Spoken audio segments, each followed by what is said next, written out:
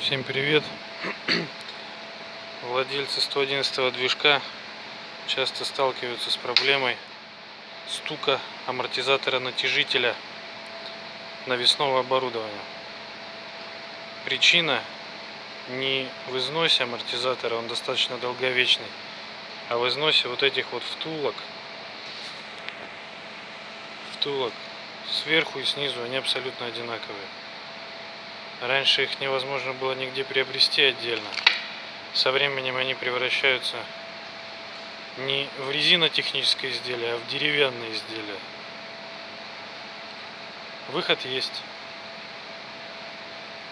Вот такие вот втулочки заказал в интернете. Сайт озвучивать не буду, чтобы рекламу не давать. В личке расскажу, если кому интересно. Встают они легко, маслицем намазали, в тисках зажали и, так сказать, запрессовали. Сидят надежно, плотно. Нижнюю я поменял где-то год назад. Все отлично, ничего не стучит, не брякает. Сидит она хорошо. Вот вторая вот забрякала недавно, вот приобрел. По-моему, 250 или 300 рублей, что-то такое она стоит, полиуретановая. Ну вот сейчас запрессую. Тоже, я думаю, будет тишина под капотом.